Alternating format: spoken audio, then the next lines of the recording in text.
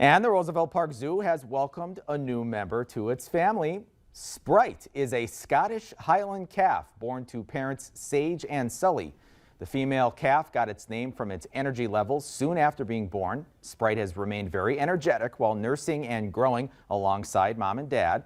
The Scottish Highland cattle are a favorite among the zookeeping staff because they all have names that begin with S. With each new year, creativity spikes as the zoo workers team up to name the calves.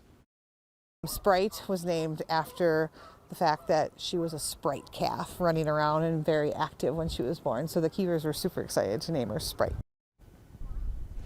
Visitors are welcome to visit Sprite at the Scottish Highland Cattle Habitat on the North Trail across the bridge next to the camels.